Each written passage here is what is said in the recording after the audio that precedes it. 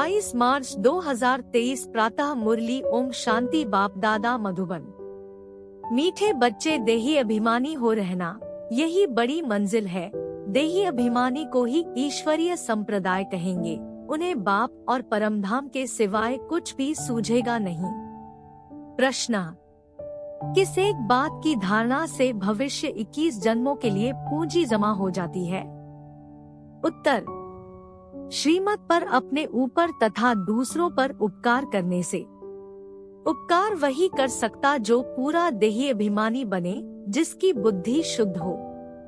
देहाभिमान में आने से अपकार हो जाता है और जमा हुई पूंजी खत्म हो जाती है, घाटा पड़ जाता है। क्रोध का भूत भी अपकार कराता है, इसलिए अपना स्वभाव बहुत मीठा बनाना है। गीत। यह कौन आज आया। ओम शांति।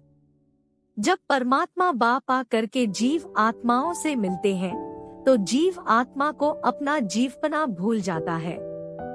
उनको निश्चय हो जाता है कि हम आत्मा है और परमपिता परमात्मा की संतान है। बाकी जो कुछ हम देखते हैं, यह देह सहित देह के सर्व संबंधी आदि, यह तो याद रहना ही नहीं है। बाप आते ही हैं बच्चों को वापस ले जाने के लिए।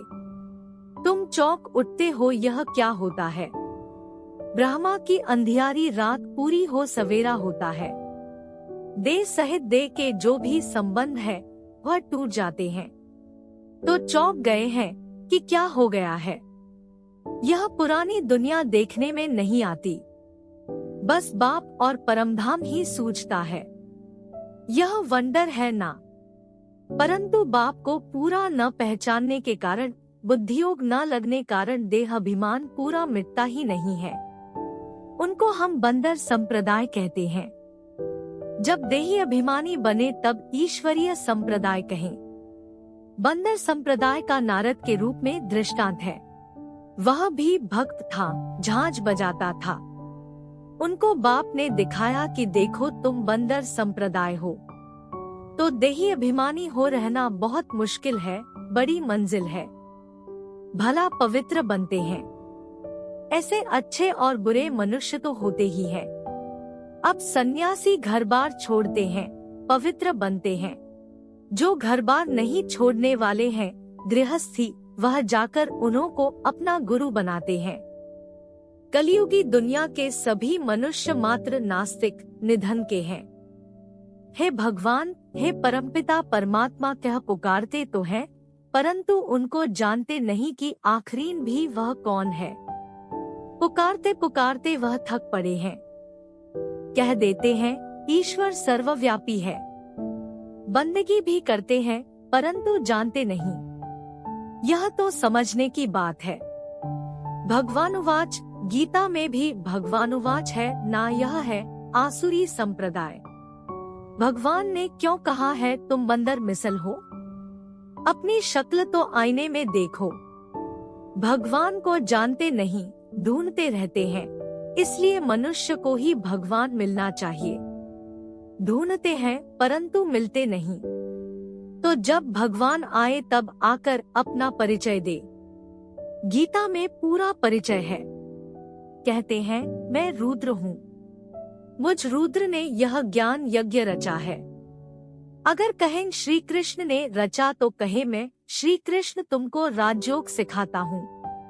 परंतु श्री कृष्ण ज्ञान यज्ञ होता ही नहीं। यह तुम बच्चे ही जानते हो, बाकी तो सब मनुष्य मात्र आयरन एजेड है। मुख से पत्थर ही निकालते रहते हैं। झूठ बोलने वाले के लिए कहते हैं इनका मुंह काला है। जब संन्यास धर्म की स्थापना होती है, उस समय सृष्टि रजो है। तो भारत को पवित्रता में थमाने लिए यह पवित्र धर्म की स्थापना होती है। उनको रजोगुणी सन्यासी कहा जाता है। सन्यास जरूर करते हैं, परंतु रजोगुणी। वह कोई सतो प्रधान नहीं है।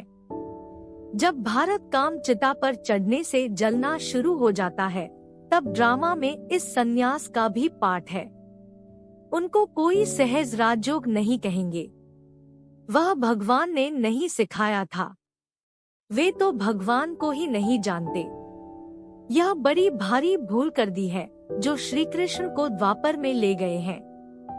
बाप बैठ भूले हुए मनुष्यों को समझाते हैं, परंतु समझाने में बड़ी रिफाइननेस चाहिए। सन्यासी लोग कहते हैं, आप सन्यास धर्म की निंदा करते हो। बोलो आकर समझो। पहले बताओ तुम निंदा किसको कहते हो? परमपिता परमात्मा जो सबका बाप है, गीता का भगवान है, उसने समझाया है, श्री कृष्ण ने नहीं। परमपिता परमात्मा ने आकर कहा है कि यह कलयुग का अंत है। मनुष्यों की बुद्धि जड़ जड़ीभूत आसुरी बन गई है।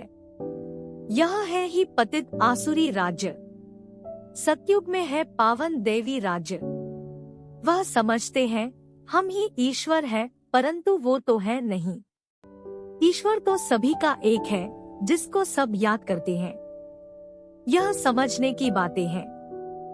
समझना हो तो समझो, परंतु समझाने वाला बड़ा रिफाइन चाहिए। जिनमें क्रोध का भूत होगा वह क्या समझा सकेंगे? क्रोध का भूत, मोह का भूत, लोभ का भूत, छोटे बड़े भूत तो होते ही हैं। गंदी आदतें हैं। अच्छे अच्छे बच्चों से भी माया कुछ न कुछ करा देती है। यह है सब देहाभिमान की शैतानी। देहाभिमान आया तो फिर जैसा बंदर हो जाता, फिर वह मंदिर लायक बन न सके। तुम जानते हो मंदिर लायक देवी देवताएं ही बनते हैं। उन्हों के लिए ही मंदिर बनाया जाता है। सतयुग में तो सारी दुनिया को शिवालय कहा जाता है। सभी मंदिर में रहते हैं। सृष्टि ही पवित्र मंदिर बन जाती है। विश्व शिवालय बन जाता है, जिसमें यथा राजा रानी तथा प्रजा सब पवित्र रहते हैं। तो कोई को बड़ा युक्ति से समझाना होता है। चूहा काटता भी है, फिर फूंक भी देता रहता है। उनमें यह अक्ल है। कोई सन्यासी आदि आए तो पहले युक्ति से उनकी महिमा करनी चाहिए। आओ सन्यासी जी, आप तो बहुत अच्छे हो जो सन्यास किया है, घर बार छोड़ा है। तुमको मालूम है 2 प्रकार का सन्यास है। एक है घर बार छोड़ने का सन्यास, दूसरा है घर बार न छोड़ने का सन्यास। गृहस्थ व्यवहार में रहते राजयोग सीख स्वर्ग का मालिक बनना होता है। कभी सुना है? कहेंगे यह बात तो कोई भी शास्त्र में नहीं है। गीता में श्री कृष्ण का नाम डाल द्वापर में ठोक दिया है, तो समझेंगे कैसे? फिर चित्रों पर समझाना होता है। तुम्हारा है घर बार छोड़ने का, सभी तो नहीं छोड़ेंगे। प्रवृत्ति मार्ग है। तुमने प्रवृत्ति में रहते हुए फिर 5 विकारों का संन्यास नहीं किया है, हम कर रहे हैं।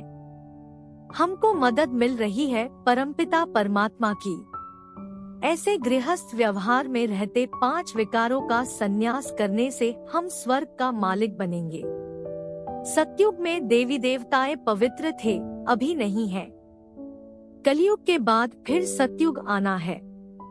बाप ही आकर सतयुग स्थापन करते हैं। प्रवृत्ति में रहते कमल फूल समान पवित्र बनाते हैं। तुम कहते हो आग कपूस इकट्ठे रह नहीं सकते हैं, परंतु यहाँ रहते हैं। तुम्हारे पास प्राप्ति की एम ऑब्जेक्ट तो कुछ है नहीं। बेहद का बाप जब आते हैं तब पुरानी सृष्टि का विनाश और नई सृष्टि की स्थापना हो जाती है। यह ज्ञान हमको मिलता ही है नई दुनिया के लिए। बाप कहते हैं देह सहित जो भी तुम्हारे संबंध आदि हैं, सबको भूल अपने को देही समझ मुझे याद करो। यह हमारा राजयोग है सतो प्रधान। अब तो है तमो प्रधान, फिर तमो प्रधान से सतो प्रधान सृष्टि जरूर बननी है। सतो प्रधान बनाने वाला रचयिता बाप ही ठहरा। हम उस बेहद के बाप से यह सीख रहे हैं। भगवान एक है, ब्रह्मा विष्णु शंकर को भी देवता कहा जाता है। उनसे नीचे तबके वालों को मनुष्य कहा जाता है। भगवान रहते ही हैं परमधाम में। हम आत्माएं भी वहाँ रहती हैं। ऐसे रिफाइनेस से समझाना है। परंतु योग पूरा नहीं है तो धारणा नहीं होती है। बाबा जो समझाते हैं वह किसको याद थोड़े ही पड़ता है। भला कोई बच्चे कहे हम याद करते हैं, परंतु बाबा मानते नहीं। अगर तुम याद करते हो तो बुद्धि शुद्ध होनी चाहिए और धारणा अच्छी होनी चाहिए। धारणा है तो फिर करानी भी है, उपकार करना है। तुम जानते हो बाप आकर सब पर उपकार करते हैं। माया रावण अपकार करते हैं। बाप आकर एक ही बार इतना उपकार करता है जो 21 जन्म हमारा उपकार हो जाता है। उपकार कहो अथवा कृपा, आशीर्वाद आदि जो कहो द्वापर में फिर अकृपा शुरू हो जाती है। रावण अपकार करते हैं। श्रीमत से ही तुम कोई का भी उपकार कर सकेंगे। फिर देहाभिमानी बना तो अपकार करना शुरू कर देंगे। उपकार करने से भविष्य 21 जन्मों के लिए पूंजी जमा होती है। अपकार करने से जो जमा हुआ होता वह भी खत्म हो जाता है। जबकि उपकार करना जानते हैं तो करना है। उपकार करना नहीं जानते हैं तो जरूर अपकार ही करेंगे, आसुरी मत पर। मनुष्य हर एक दो पर अपकार ही करते हैं, काम कटारी चलाते हैं। बाप को भूला, उपकार करना भूला तो वह फिर अपकारी जरूर बनेगा। सेकंड में उपकार, सेकंड में फिर अपकार कर देते हैं। अच्छे बच्चे कितने उपकारी थे।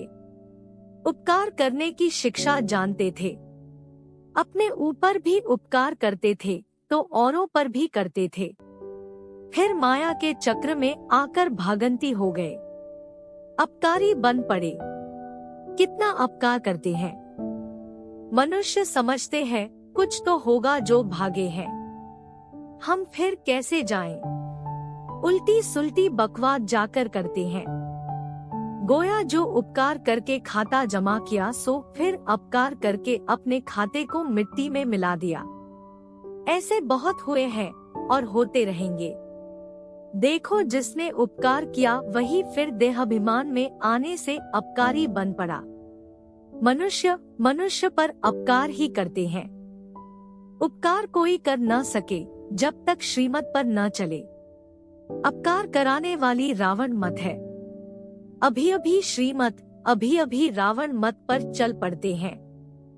क्रोध का भूत आया और अपकार कर लिया।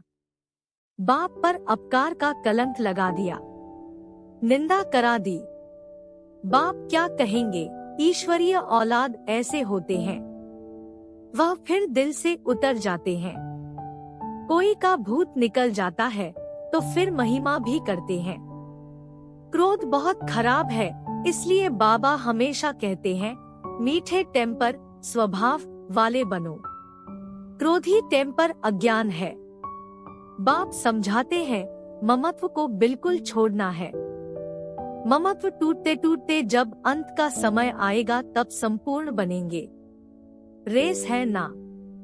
बच्चे जानते हैं मम्मा बाबा पहले पहुंचते हैं तो उनकी मत पर चल फॉलो करना चाहिए, धारणा करनी चाहिए। माँ बाप के दिल पर चढ़ेंगे तो तख्त पर भी बैठेंगे। अपने से पूछना है कि हम लक्ष्मी को वरने अर्थात माँ बाप के तख्त पर बैठने लायक बने हैं। अगर समझते हैं हमारे में क्रोध है तो वह कभी दिल पर चढ़ न सके, न भविष्य में महाराजा महारानी बनेंगे। कदम कदम श्रीमत पर चलना है। अगर ट्रेटर बन पड़े तो जाकर चंडाल बनेंगे। हूबहू कल पहले वाली बातें बाबा रोज रोज सुनाते रहते हैं। उनमें कहाँ भी फर्क नहीं पड़ सकता। कितना ज्ञान का नशा रहना चाहिए, परंतु जो सर्विस पर होंगे उनको रहेगा। जो जैसी सर्विस करते हैं उनको फल जरूर मिलता है।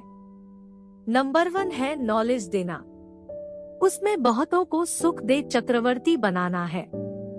औरों को बनाएंगे। सर्विस की युक्तियां तो बहुत अच्छी बताई जाती है, कहाँ भी सर्विस हो सकती है। फिर करके 100 में से 1 जगेगा। मेहनत का काम है। ऐसे ऐसे रात दिन बाबा का विचार सागर मंथन चलता है। अनेक प्रकार के विचार चलते हैं, कितने विघ्न पड़ते हैं। विश्व को पवित्र स्वर्ग बनाना है, उसके लिए अथाह ख्यालात चलते हैं। ख्यालात करते करते रात से सुबह हो जाती है, इसलिए गाया हुआ है, नींद को जीतने वाले बाबा को कभी कभी तो नींद ही नहीं आती। बच्चों को विश्व का मालिक बनाना है तो इतना फिक्र रहता है। तुम बच्चों को भी इतना फिक्र रहना चाहिए कि हम श्रीमत पर कहाँ तक चलते हैं। बाप दादा संग हम बच्चों को ही कुल्हा कंधा देना है, सारी पुरानी दुनिया को रवाना करना है। अच्छा, मीठे मीठे सिकीलधे बच्चों प्रति माता पिता बाप दादा का याद प्यार और गुड मॉर्निंग। रूहानी बाप की रूहानी बच्चों को नमस्ते। धारणा के लिए मुख्य सार। 1. कभी भी रावण की मत पर चल देहाभिमान में आकर बाप का अपकार नहीं करना है, निंदा नहीं करानी है। श्रीमत पर अपना तथा सर्व का उपकार करना है। 2. क्रोध का भूत प्रवेश होने नहीं देना है, बहुत मीठा स्वभाव बनाना है, युक्ति से सेवा करनी है। वरदान। संपर्क में आने वाली आत्माओं को सदा सुख की अनुभूति कराने वाले मास्टर सुखदाता भव। आप सुखदाता के बच्चे मास्टर सुखदाता हो, इसलिए सुख का खाता जमा करते रहो। सिर्फ यह चेक नहीं करो कि आज सारे दिन में किसी को दुख तो नहीं दिया, लेकिन चेक करो कि सुख कितनों को दिया। जो भी संपर्क में आए आप मास्टर सुखदाता द्वारा हर कदम में सुख की अनुभूति करे, इसको कहा जाता है दिव्यता व अलौकिकता। हर समय स्मृति रहे कि इस एक जन्म में 21 जन्मों का खाता जमा करना है।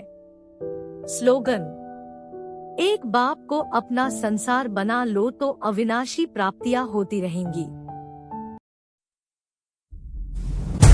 कृपया आज की मुरली पर लाइक, कमेंट और चैनल को सब्सक्राइब जरूर करें।